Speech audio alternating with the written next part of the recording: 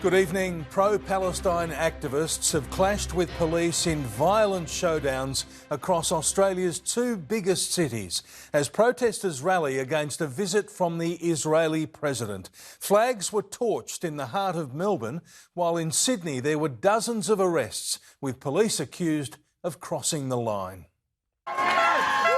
Flag burning in Melbourne, extraordinary crowd control in Sydney. One man's visit to Australia creating unrest from city to city. Isaac Herzog, the Israeli president, dropped by a Sydney school today and, with snipers on the roof and a police escort, visited New South Wales Government House as the government itself defended this on the streets. The New South Wales police were put in an impossible position last night. Here, police unite, surging as one. 27 people arrested, 10 police officers hurt. Protesters argue it was too violent. They pepper sprayed me. Police claim they had little choice. We wanted a respectful and responsible protest. That's not what we got last night. Isaac Herzog's Australian visit takes him from Sydney to Canberra, then Melbourne. This is not a moderate man here to mourn the deaths at Bondi, which we mourn as well. This is an extremist man. Here, a group of Muslim men is hauled off the ground during prayer. The conduct of the New South Wales Police represents a serious breach of religious sanctity. It is deeply distressing. In Melbourne, thousands filled Flinders Street before moving deeper into the city. Later, flags were set on fire at a tram stop near Parliament.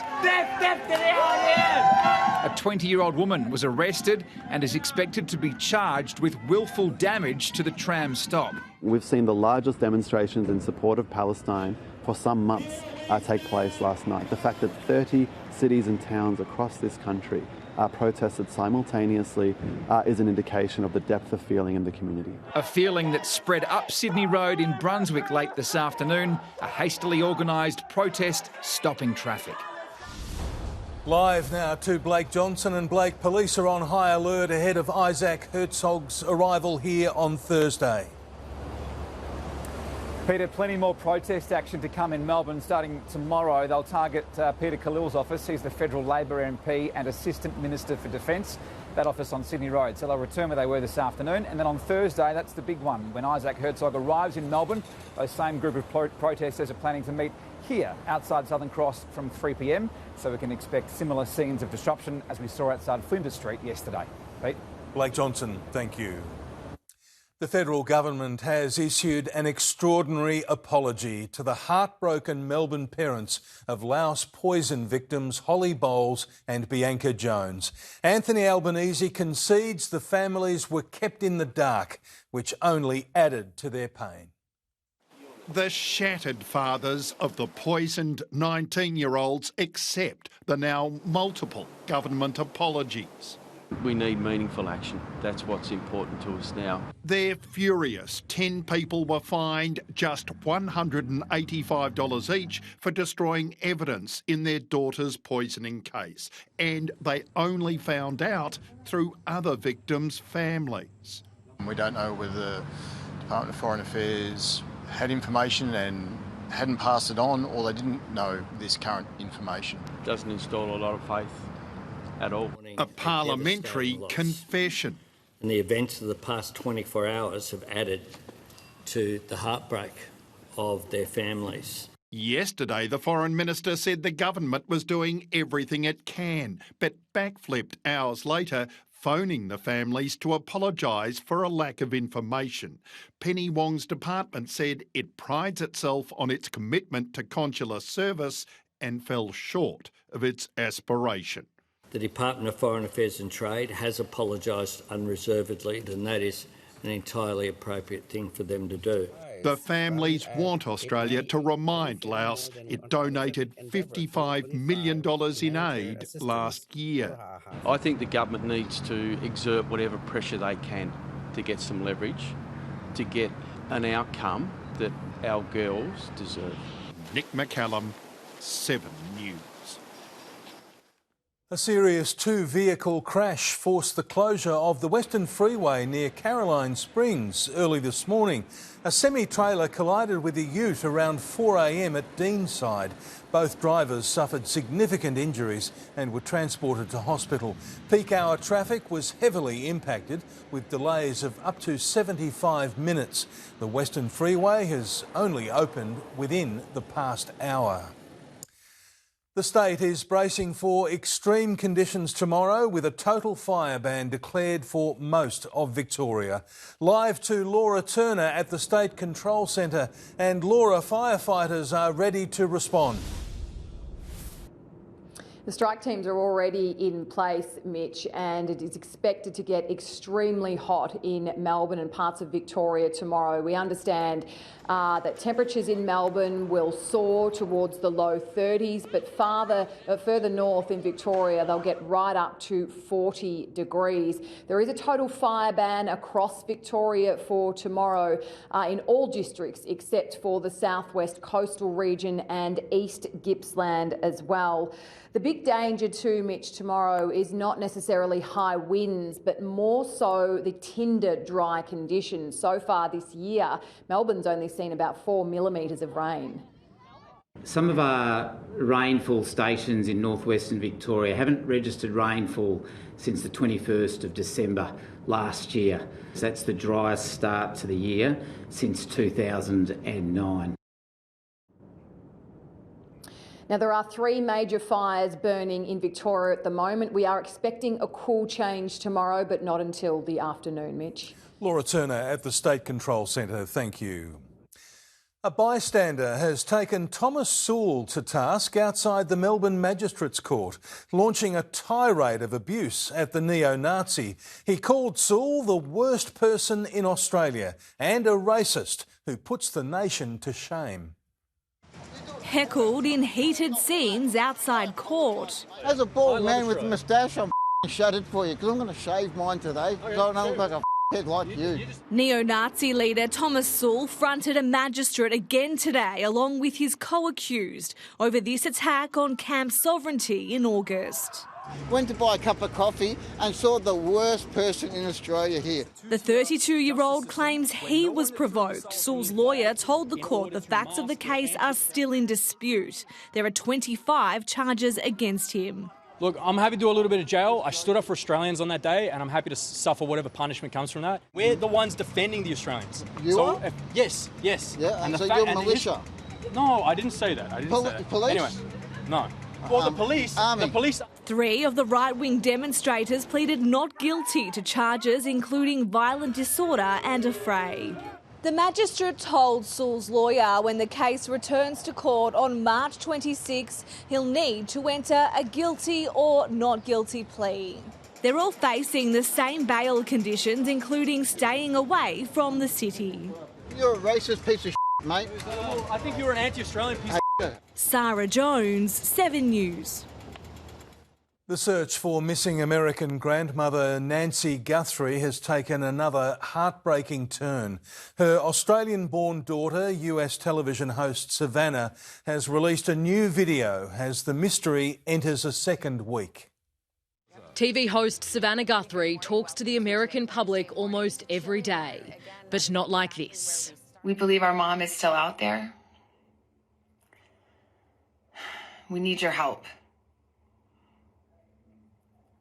Law enforcement is working tirelessly around the clock trying to bring her home, trying to find her.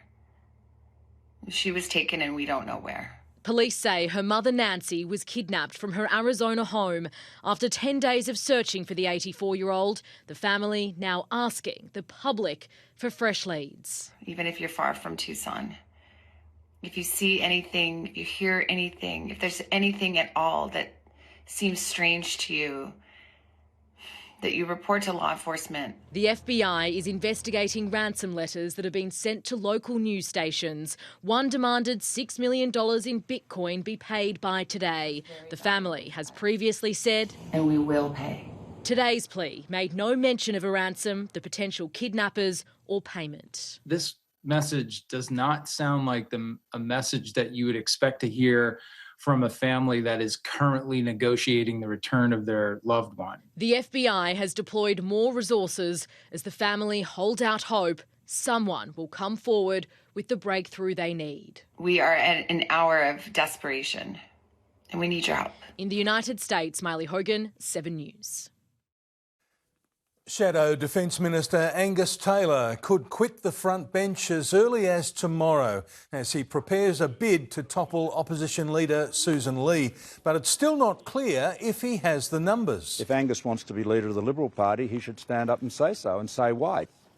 Mr Turnbull, who was visiting Parliament House to talk about hydro energy, said the Liberals had ventured into La La Land.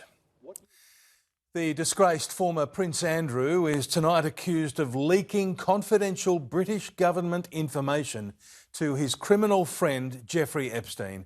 The King has declared Buckingham Palace will work with a potential police investigation into his brother as the ex-Duke's apparent actions plunge the monarchy deeper into crisis. For the second time in 4 days, revelations from the Epstein files overshadow royal duties.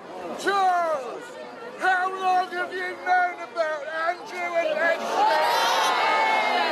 The heckler answered not only by boos, but later an extraordinary statement from Buckingham Palace about former Prince Andrew, expressing the King's profound concern at allegations which continue to come to light and the palace's willingness to stand ready to support police. It's unprecedented, and I think that this is a seminal moment in the royal family's dealing with this scandal. A criminal investigation into Epstein's alleged trafficking of women to Andrew and his conduct as UK trade envoy appearing increasingly likely, after new emails revealed he leaked reports on Asian countries to Jeffrey Epstein, as well as a confidential brief on Afghan investment opportunities. As extraordinary as a police investigation into a former prince would be, extraditing Andrew to America to testify would be something else entirely. Despite that, it remains the desire not only of Epstein's victims, but many powerful people inside Congress. I think this is the most vulnerable the British monarchy has ever been. In London, Ben Downey, 7 News.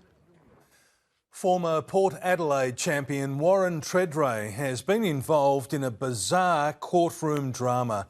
He lost a fight to stave off bankruptcy, and a deadline to pay his former employer, Channel 9, almost $150,000 has now passed. From premiership captain and media personality to looming bankrupt. Very disappointed outcome. Warren Tredrea represented himself today, arguing his former employer, Channel 9, was acting unlawfully when it served him with a bankruptcy notice via email rather than in person. Yeah, I don't dispute that I owe the money. What do you dispute? I disputed how it was served. But the federal court registrar disagreed. You didn't do your homework though, didn't you, Warren? You didn't do your homework. You should have known that that was lawful. Tredrea stood at the bar table with a pile of papers, nervously shuffling them around to advance his argument, but looked utterly rattled when told that serving a bankruptcy notice via email is within the rules. The 2004 premiership captain lost a long-running unfair dismissal case against the station over his refusal to be vaccinated for COVID. He sought more than $6 million in lost wages. This morning, Tredrea asked for more time to pay the almost $150,000 he owes to the station, plus the costs of today's hearing. He told the registrar, "The ability to pay for more costs is almost impossible." Tredrea's post-football career has been rocked by controversy. He was sensationally axed from the club's board for anti-Semitic comments made by a guest on his podcast. The deadline for his legal bill to Channel 9 was 4 p.m. today. Deanna Williams, 7 News.